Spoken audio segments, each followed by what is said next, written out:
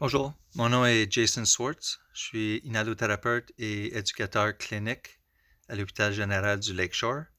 Je suis aussi engagé par Draeger pour partager mon expérience de l'utilisation du Pulmovista 500. Le Lakeshore reçoit les patients COVID-19 qui ont besoin d'une admission aux soins intensifs. Fait que pour cette présentation ici, je vais parler de l'utilisation du Pulmovista 500 chez les patients COVID-19. Le Pulmovista 500, c'est une tomographie par impédance électrique qui aide à visualiser la distribution de la ventilation en temps réel et directement au chevet du patient d'une manière non invasive. La manière que le Pulmovista fonctionne, c'est 16 électrodes autour du thorax. Ça envoie des signaux électriques, puis ça prend des mesures d'impédance. L'impédance est proportionnelle à le volume. Fait que le plus de volume, le plus d'impédance, et le moins de volume, le moins d'impédance. La tomographie prend ces mesures-là pour créer une image de la distribution régionale de la ventilation. Tout ça se fait avec un placement de la ceinture électrode entre le 4e et 6e intercostal ou à peu près 2 pouces en dessous des aisselles. Le vu, c'est caudal acrénien, fait que c'est similaire à un CT scan. La région bleue représente la ventilation quand il y a au-dessus de 10% distribuée dans cette région-là. La région blanc, c'est la ventilation maximale. Et quand il y a en dessous de 10% les régions noires, la distribution régionale normale dans la région ventrale, c'est 8 à 15%, le mi-ventral 35 à 40, le mi-dorsal 35 à 40, le niveau dorsal 8 à 15. Autour de l'image, vous voyez en gris une représentation du thorax avec la colonne vertébrale en bas et le sternum en haut. Quand on regarde un glacier, puis on est sur la surface de l'eau, on voit seulement le sommet. On ne voit pas vraiment ce qui se passe en dessous de l'eau. Alors, les mesures globales qu'on fait, les plateaux, la compliance, les pressions motrices au chevet du patient, c'est seulement une petite section d'information. On voit des mesures globales. On sait que la compliance qu'on mesure dans le poumon, il y a différentes régions qui ont différentes compliances. On n'a pas vraiment les mesures régionales. Qu'est-ce qui se passe vraiment en dessous de l'eau ou en dedans du poumon? Avec le Pulmovista 500, on peut prendre les mesures régionales, comme le volume pulmonaire à la fin d'inspiration, durant des manœuvres de recrutement, par exemple, ou des volumes pulmonaires à la fin d'expiration, en regardant le recrutement ou dérecrutement, le pourcentage de distribution régionale et aussi les changements de compliance régionale. Ici, c'est le panneau principal, où c'est qu'on a une image dynamique de la respiration. On a le volume courant qu'on peut diviser dans différentes régions d'intérêt. Ici, on a divisé en 4 sections, de ventrale à dorsale. À la droite, vous voyez les pourcentages de la distribution de la ventilation. Les courbes dans le milieu, c'est des courbes d'impédance, mais comme que je vous ai dit, l'impédance égale le volume. Alors, les courbes d'impédance sont égales aux courbes de volume. Ici, on regarde le panneau pour analyser le volume à la fin d'inspiration. Ici, on a un PEEP à 5. Vous voyez que la région dorsale, il n'y a pas de distribution de ventilation. Si on regarde en bas, les pourcentages, il y a 3%. On voit aussi que le maximal ou le volume maximal, la distribution, est concentré dans le niveau 2 et 3, qui est mi-ventral et mi-dorsal. Ici, c'est une augmentation du PEEP à 14. Et vous voyez que maintenant, il y a de la distribution au niveau dorsal. Alors, la concentration qui est du volume maximal qui est dans le milieu du poumon a été distribuée plus également à cause de l'ouverture du niveau dorsal. À gauche, on a une représentation de bleu quand il y a une augmentation de ventilation comparée aux références et le orange représente une diminution de ventilation comparée aux références. Alors ici, on voit le bleu parce que le niveau dorsal a été ouvert et là, on a eu une augmentation comparée au PEEP de 5. Et vu que l'intensité qui est ici là, dans le PEEP à 5 en blanc est diminuée parce qu'il y a plus de place pour le volume vu qu'on a ouvert le niveau dorsal, ça c'est représenté par orange. Si on regarde les courbes d'impédance, ici c'est le CRF, la capacité résiduelle fonctionnelle. Ici, l'exemple du PEEP à 14, on voit que les courbes d'impédance s'en vont en ligne droite, qui veut dire qu'à un PEEP à 14, on est capable de maintenir le volume à la fin d'expiration ou le CRF.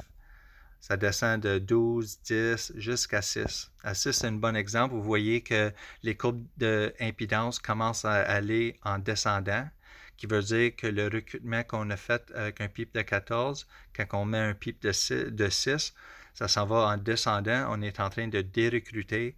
Alors, c'est une manière rapide de regarder, avoir beaucoup d'informations. Mais si on veut regarder en plus de détails le volume à la fin d'expiration ou le CRF, on regarde ce panneau ici. Puis à la droite ici, on voit les numéros d'impédance. Comme je vous ai dit, le plus d'impédance, le plus de volume. Fait qu'avec des numéros positifs, on sait qu'on est en train de recruter du volume à la fin d'expiration. Si on regarde puis on veut savoir en millilitres, pas seulement des données d'impédance, on peut multiplier ces données d'impédance par la référence, par le volume courant de la référence, qui est 655. Ici, j'ai fait les mathématiques pour vous. Alors, on a multiplié le 655 par chaque donnée d'impédance, puis on peut transmettre ça en volume, en millilitres. Ici encore, on a les couleurs orange ou bleu, et vu que c'est des données positives, qu'on est en train de gagner du volume, c'est représenté dans la région bleue, en bleu. Ici, on peut faire des études PEEP avec le Pulmovista 500. On voit ici à 14, puis ça s'en va de 12, 10 jusqu'à 6. Ici, la couleur orange représente une perte de compliance dans cette région-là, qui veut dire du surdistension. Avec les PEEP plus bas, en blanc, ça veut dire de l'atelectasie. Dans le fond, on ne veut pas aucune couleur. On ne veut pas de orange sur distension. On ne veut pas d'atelectasie blanc. Cet exemple ici, c'est difficile à savoir parce qu'on a du couleur dans chaque PEEP. Mais quand on regarde les numéros, les pourcentages de perte de compliance sont mis dans des vecteurs. Et quand ils se croisent, ça veut dire que vous avez l'endroit où c'est qu'il y a le moins de surdistension et le moins d'atelectasie. Dans cet exemple ici, c'est un PEEP de 9. Ça, c'est un exemple d'un CT scan avec le rayon X et le Pulmovista 500. Vous voyez que vous pouvez mettre le bleu exactement au-dessus du CT scan. Fait que c'est vraiment une technologie très, très précise. Voici un exemple de l'image dynamique.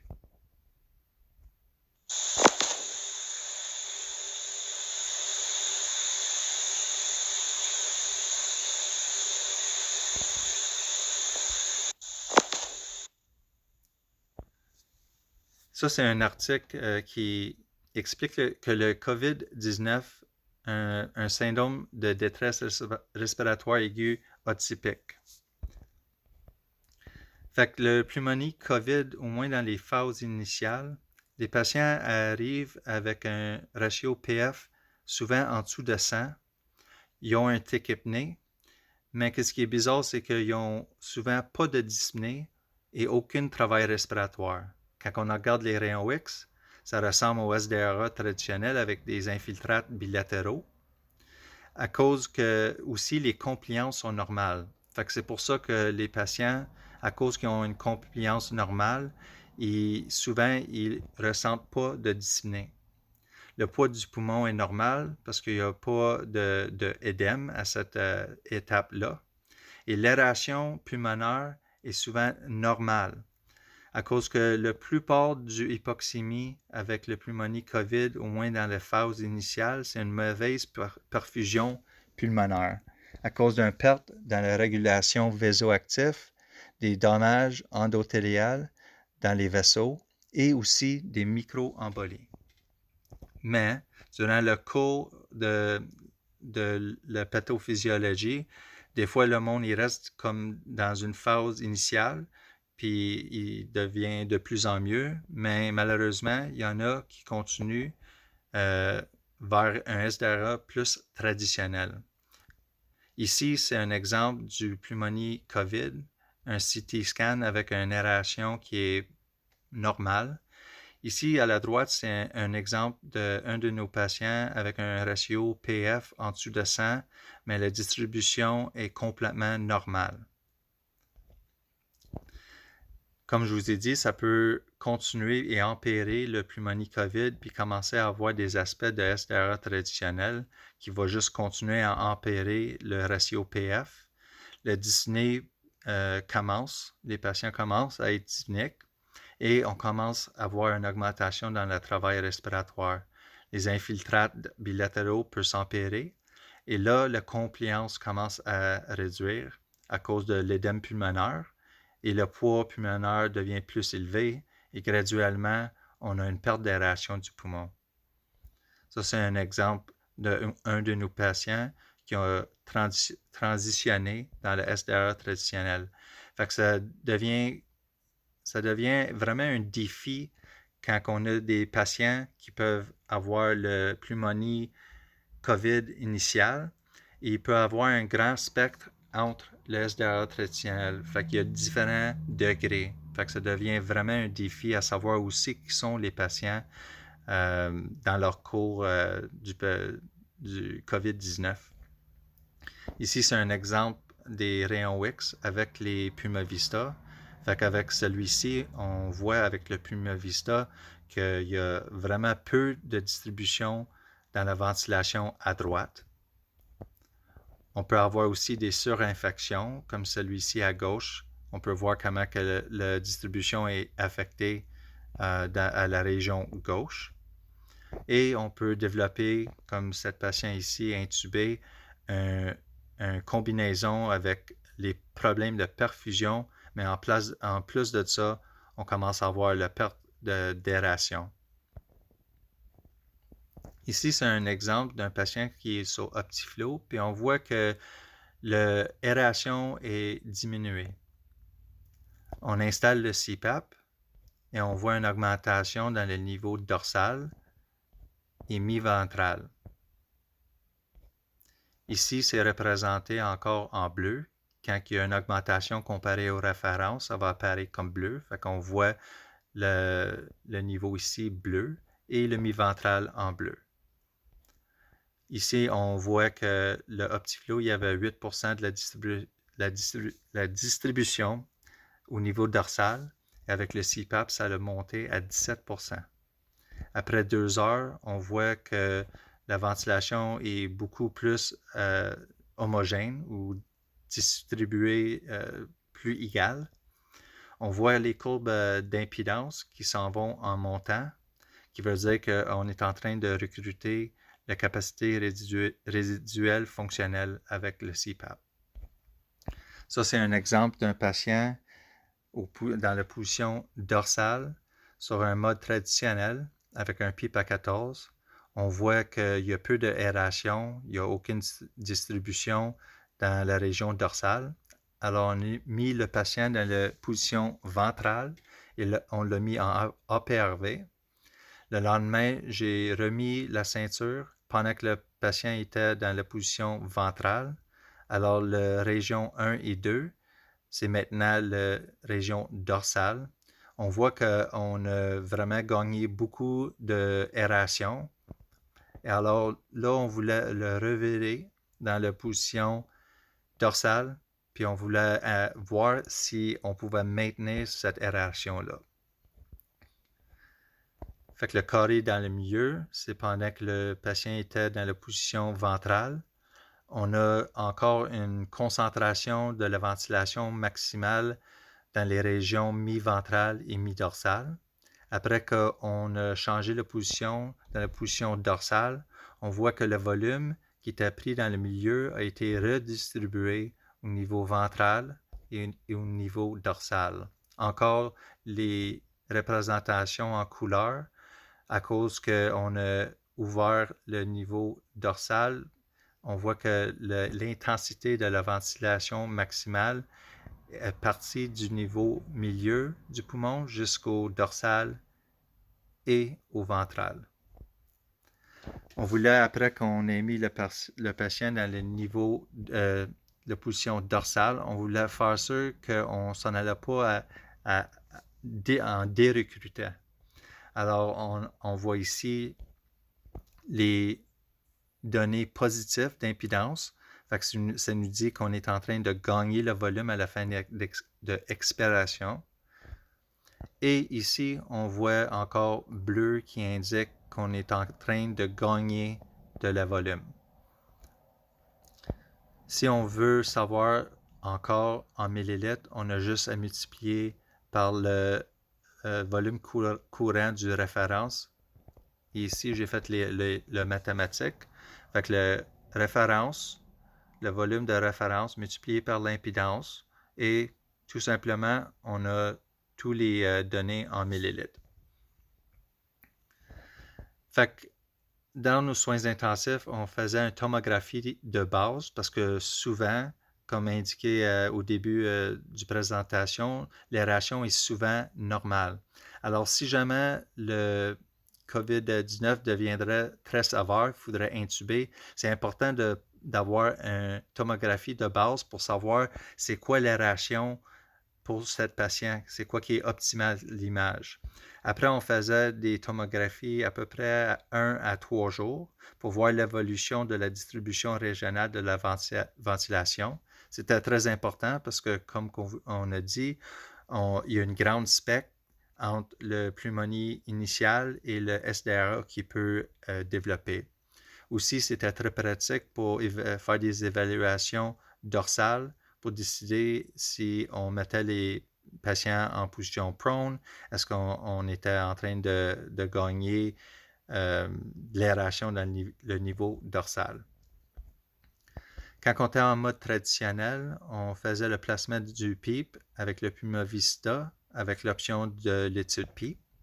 Ça, c'est quelques exemples.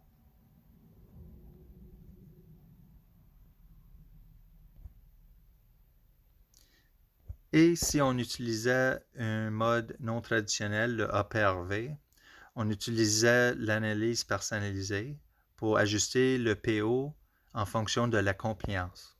Voici une image d'un de nos patients sur APRV.